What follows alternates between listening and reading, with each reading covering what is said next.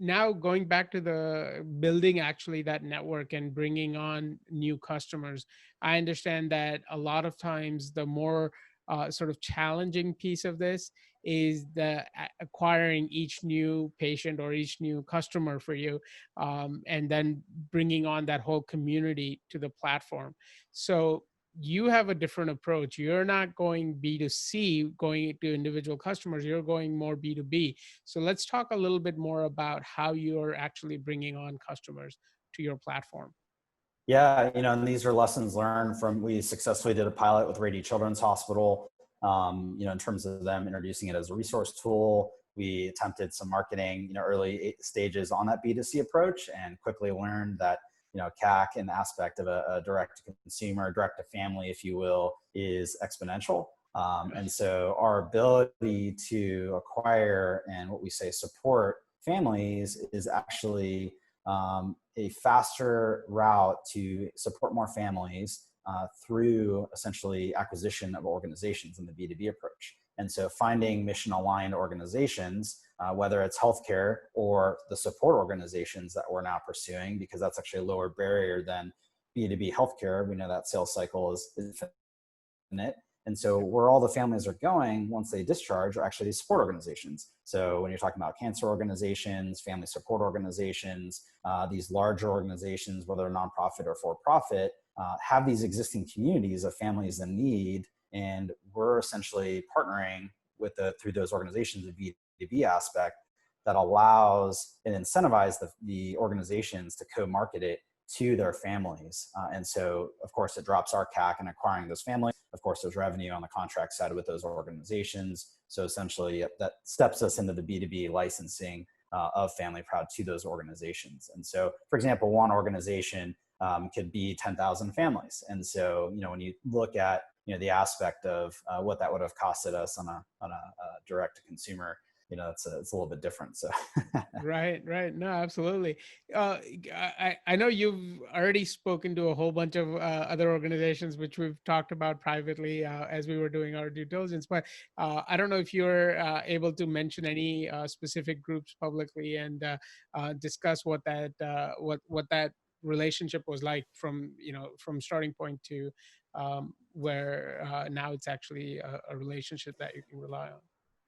Yeah, absolutely. I mean, this is where, there are no shortcuts in progress, right? And so, of course, these relationships and startups, it is being able to survive some of these sales cycles. And so, phase plan wise, we do have relationships with large healthcare organizations and institutions, San Diego and outside of San Diego.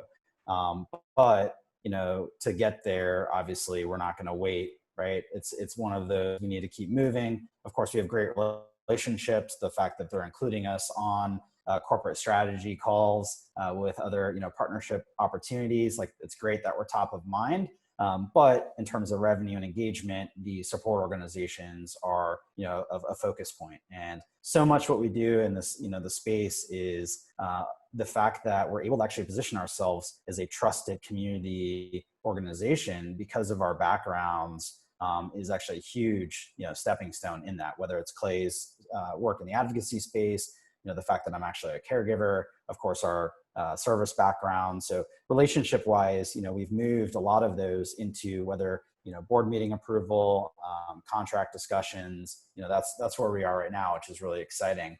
And I think, the strategy wise, we were focused in the oncology cancer space to start, and definitely still a focus area, but we also recognize that because of our background on the military aspect and military families, there's actually even lower barrier of entry in terms of faster engagement and contract to that funnel. So, for example, the Honor Foundation, which is the foundation that transitions special operations families from active duty to out of the military, but providing that private secure network that families can now support one another. Once again, is the ability to potentially sign some of these contracts in our funnel on the military family aspect. So yeah, excited to share there. There's a few more, but obviously, those will be offline. Absolutely. No, I totally understand. And I think the other very important thing to realize is that, it's one thing to market to these groups. And that's not what we're talking about here. We're talking about a white label product that you will essentially hand off to them. You'll still provide back office and maintain, and obviously it's That's right. data for your AI, but this is not under the family proud flag. This is a white label product that these guys can use, right? Right, exactly. And that obviously goes into the pricing structure. If they want to white label it, there's obviously a different cost associated Yep. versus just a licensing grouping. So that allows us to kind of build different SLAs into those tiers. Mhm. So, that's a value to both sides. Of course, the brand aspect is important to some. So